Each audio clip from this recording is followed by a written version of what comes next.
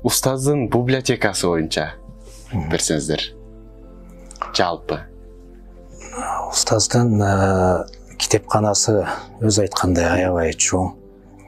Биз эми азыраак болсо дагы кээ бир мамлекеттерге барып калдык, өзгөчө араб мамлекеттерин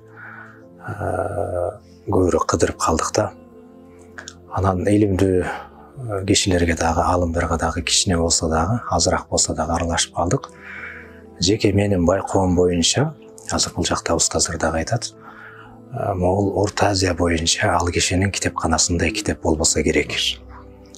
Анан өзүнүн айтуусу боюнча 10 тонна китеп бар деп айтат. Анан китептердин көпчүлүгү баягы фикх илими деп коет, шарият илимдери боюнча жазылган китептер. Анан устаздын китеп чогултканда баягы жоомарт киши эле, мындай бир китеп чогултканды дагы билет эле, анан китеп окуганды да жакшы билет эле да. Анан биз устаздан китеп чогултканды үйрөндүк десек болот. Анткени устаз кандай китеп окуу керектигин, анан кандай китепти сатып алуу керектигин керек болсо, устаз китепти ушунчалык өздөштүргөн, баягы окуганды эле эмес, китеп сатып алганды да жакшы өздөштүргөн да. Китеп сатып алганда баягы бир басыкка чыккан эле китептерди алып албастан, ошонун эң жакшы басмасын алганга аракет кылат эле. Тандалма. Анан китептердин басмаларын дагы биз устаздан жаттадык десек болот. Кээ бир илим жолунда жүргөндөр бар, мисалы, китептин баркына жете бербейт.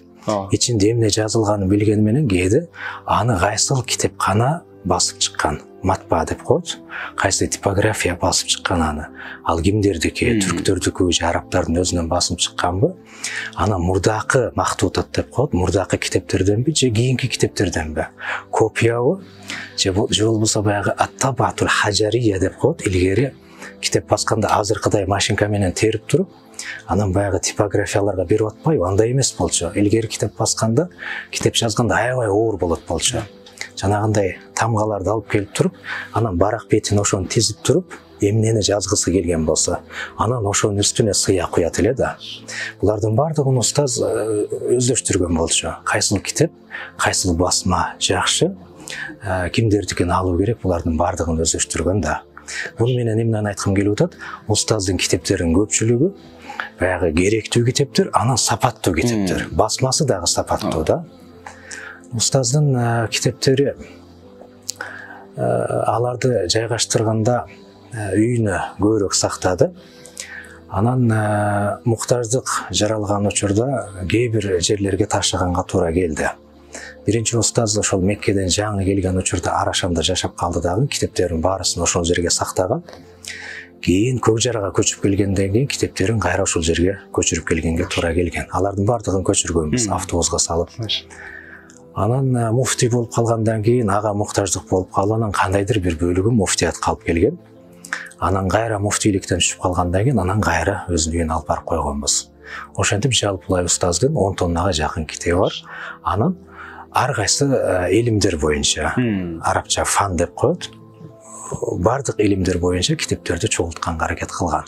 Өзү шарият илимдери боюнча аалым болгондугуна карабастан, өзүнүн баягы кесибине, окуган илимине тиешеси жок дагы китептерди чогулткан, алардан дагы кабардар болуу үчүн.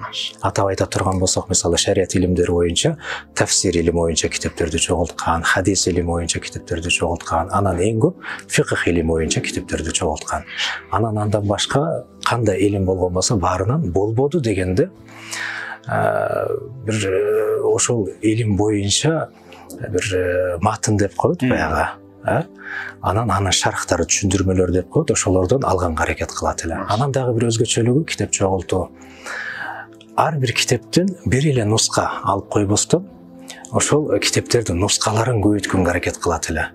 Анткени баягы басмада ката кетип калуусу мүмкүн эле да. Ошону да бизге үйрөткөн. Эгерде бир китепти окуп атканда кээде бир сөз түшүп калат же бир тамга түшүп калат, кээде арабча тамгалардын точкалары бар. Ошол үстүнө коюлуп калса же астына коюлуп калса, кадимкидей башка маанини берип калат.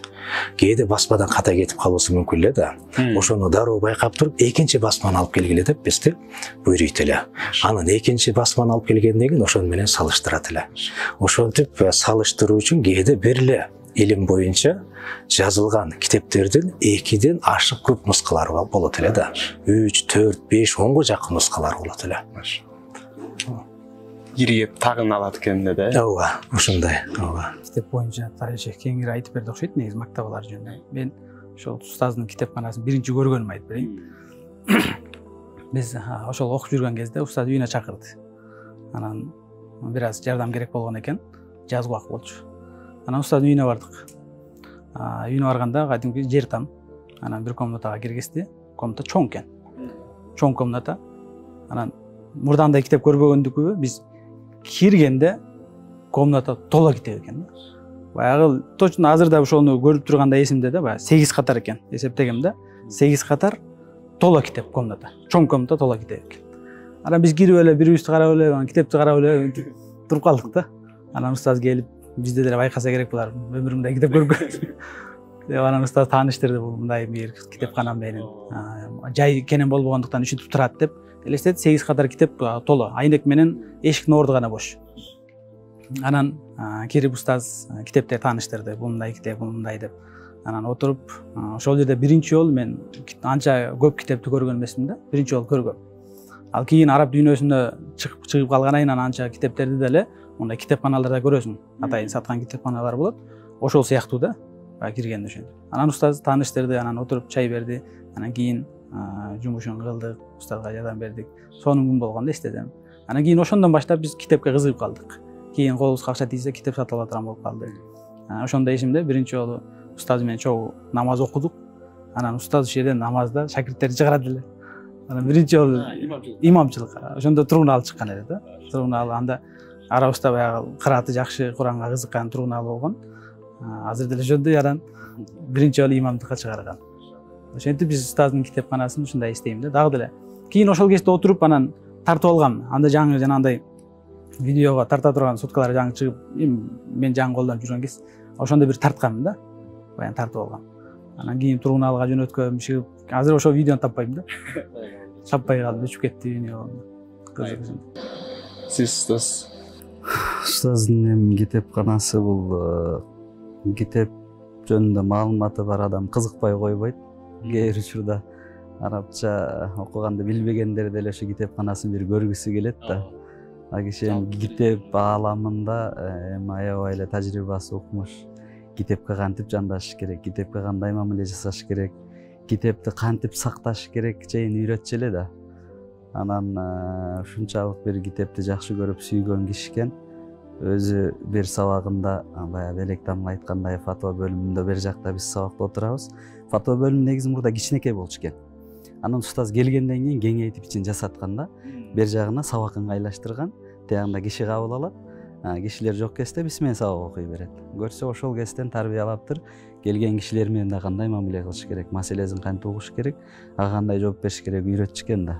Анан ошол жерден бир сурап калды. Сынган кылычты окугансыңарбы депчи. Анан кээ бирлер окуган, кээ бирлер окуй элек. Анан мен кыргыз адабиятындагы чыгармалардын ар бирисин 50 жолдон окуп чыккам деп айтты эле да. Бул эми кыргыз адабиятындагы укмуш эле бир эмгек да булчу. Балким ошол китеп жазган адамдар өзү 50 жол окубаса керек эле өзүнүн китебинчи. Жашынан ушул нерсеге аябай ата энеси мугалим болгон үчүнбү устаздын бир Кудай таала берген шыгы бар экен да китеп окуганга. Ооба, китепти өзгөчө эми китептен башка нерсеге андай мамиле жасабаптыр устаз. Ушул китеп боюнча да мен да бир уккан маалыматтарым бар. Устаздын сабагынын өзүндө айтат ушул устаздын жубайы парда жок деп, айнектин пардасы жок деп. Парда табам дептир дагы ал учурда ошо университетте иштечкен да. Университеттен жана газеталар чыгып калат дейт го. Ошондойлор чаптап койчумун дейт тилейлеп. Анан ошентип 8 жыл жашадык дейт. Эскирип калат, кайра алып барып, кайра жаңысын чаптап коюп, ошентип 8 жашадык. Ошого кеткен каражатты мен китеп алдым дейт. Ошондой чоң курбанчылык менен ушундай улуу эмгектерди жасап кетти устаз. Анан уланбай дагы айтат, аябай таасир берген бир окуя дейт. Ажылыкка экен же умур ажылыкка болсо керек. Ажылыкка барыптыр. Анан элдин баары эми ажылыкка камданып барат да. Жакшы бүт нерсесин камданып, жакшы тамактанып, жакшы жерлерге барышат. Анан устаз барыптыр дагы ушундай учурлар болду дейт. Устаз экөөбүз көксүй жеген учур болду дейт. ошого кеткен каражатты тамак ашка деп алып барган каражаттын баарына устаз кызыгып китептерди алып салчу. Негизи ошол жанагы муфтияттын 15 кабинетинде көп кызык окуялар болгон да. Өзү негизи биздин бактылуу күндөр ошол. Кийин да устазга бир жаздым эле. Биздин жаңы окуп жүргөн кезде бактылуу күндөр ошол жерде өтүп кетиптир деп. Анан бир күнү Усул шашиден окуп атабыз. Анан Усул шашини биз ал убакта китеп жок, копия кылып чыгарабыз да. Анан узун кылып чыгарып коюптур да, мындай ичкерек ана узун. Анан мен аны кесип салгым келип атат да, эки жегин. Тыкан кылып көтөрүп жүргүм келип атат да. Анан устаздын жана бир барак кесе турган немеси бар экен. Устазга айттым да, ушуну кесип алайын десем, мейли кесип бер деп. Анан кесип атсам карап атат да. Арада айтат да, сен ушу кеспей эле койсоң болот дейт да. Деп кесип атсам, тургун ал айтат, бул тыкан нерселерди жакшы көрөт, кесип деп. Анан устаз айтты да, мейли азыр түшүнбөшүң мүмкүн, бирок кийин түшүнөсүң деди. Кийин окуп жүрүп анан түшүнүп атат. Көрсө аны четине жазат экен да. Баягы китептин өзүндө баардык маалымат боло бербейт экен, устазда окугандагы маалыматтар болот экен. Ошол нерселерди баягы чети кенен болсо, бош болсо көбүрөөк жазат экен. Ал учурда билбейсиң, аны кесип таштадык биз. Ашык жазды. Анан устаздын китеп боюнча негизи кандай жаңы маалымат китеп чыкса кызыгат эле. Мисалы биз окуудан келгенде, Египеттен келген кезде дайыма бир китеп алып келсең, өзүң мындайда устазда жок китеп алып келгенге аракет кыласың. Китеби бар да, аны алып келсең эле, менде бар деп кой берет. Дагы жаңы китеп алып келсең деле, бул менде бар дей берет да. Анан бир күнү ошол эски китептерден алып келдим, анан жанагы Хажария басма деп аттыңыз го, таш басма деп коет. Анан ошол басмадан бир акыйдадагы бир эски китептерден алып келдим да. Анан устаз көрүп, мына ушул жок экен мен деп анан устазга ошону хадия кылгам. Негизи башка да китеп алып келип турчук. Анан четке чыгып калсак, Стамбулга же бияка чыгып калсак, байланышсаң эле устаз баланча китепти карай кел, тиги китепти карай кел дейт эле да. Жаңы чыккан китеп болсо, мактабасын алып келгенге көбүрөөк аракет кылчу. Алла разы болсун. Аябай кызыктуу окуялар экен. Ошого бир кошумча айтып коеюн, кечиресиз. Баягы эле айтканда биз дагы 3-курстабыз, анда устаз бизге фихтан сабак берет. Анан ыктыярда окучубуз. Китептин четине жазганды устаз үйрөткөн да. Көрсө, негизи устаз сабакка дайынданганда бир канча китепти карап келет экен да. Бизде бир эле китеп бар. Аны толтура маалыматты каяка сактайбыз, китептин четине жазып калышыбыз керек. Батпай калса, анан ошондой паракчалар бар, ошондой алып алгам да, мен ошого жазып туруп, анан ошол жерге салып коем десем, бир жолу ошол жерде мен урушуп эле да. Анын түшүп калат, жоголуп калат. Анан каяктан табасың депчи. Андан көрө китепке жаз деп урушуп эле да.